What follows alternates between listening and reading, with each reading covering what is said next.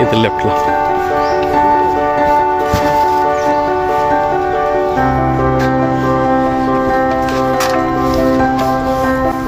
आमच्याकडं आज कुसमडी पॅटर्नचं हे झाड पोहोचलेलं आहे आणि याच्यात हे जे झाड छोटंसं लावलेलं दिसतंय हे खूप महत्वाचं झाड आहे नाशिकच्या जैवविविधतेसाठी. याला म्हणतात बेल. बेल याची पानं शंकराला वाहिली जातात. याच्या बऱ्याच आध्यात्मिक कथा पण आहे, पण आपल्या इकॉलॉजी साठी सुद्धा ते खूप चांगलं आहे. माऊली मनोज साठे यांनी आजच ते झाड आम्हाला दिलं. याच्यात वेगवेगळ्या प्रकारचे घटक आहेत, ते माऊली सांगतीलच. आणि याला खूप निगा घ्यायची गरज नसते, त्याच्यामुळे आठवड्यातनं एकदा याला पाणी टाकलं की हे आपल्या घरी आपण जवळपास 36 महिने वाढवणार आहे.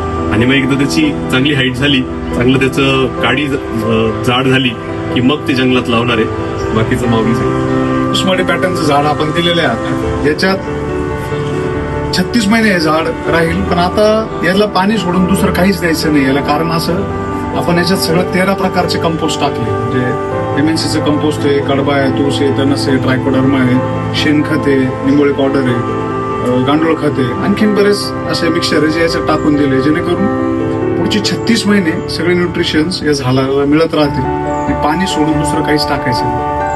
हे झाड या घरात वाढत राहील, या सुरक्षित, या लोकांच्या काळजीत. आणि एकदा पूर्ण वाढलं की मग याला योग्य त्या ठिकाणी आपण याची लागवड करणार आहे. अशी सगळी ही कुसमडी पॅटर्नची संकल्पना आहे. आता आम्ही ही काळजी घेणार आहे, हे झाड वाढवायचं इथं आमच्याकडं. आणि एकदा मोठं झालं की मनोज भाऊंच्या हवाले करणार आणि ते आमच्या नावाने जंगलात लावणार.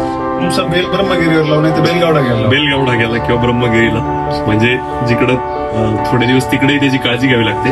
आणि मग अशीच आपल्याला नाशिक शहरात जास्तीत जास्त झाड वाढवायचे. त्याच्यामुळे तुम्ही मनोज भाऊंना संपर्क करा, तुम्हाला असं झाड पाहिजे असेल तर, आणि त्यांच्याकडून हे झाड नक्की घ्या. कारण हीच झाडं उद्या नाशिकचा ऑक्सिजन तयार करणार आहे, नाशिकला गार ठेवणार आहेत, नाशिकचं भूजल पातळी वाढवणार आहे. आपल्याला झाडं वाचवायची, जशी काही झाडं तोडली जात आहेत ती वाचवण्याचा आपण प्रयत्न करतोय, तशी नवीन झाडं पण लावायची. आणि त्याच्यासाठी हा खूप चांगला पॅटर्न.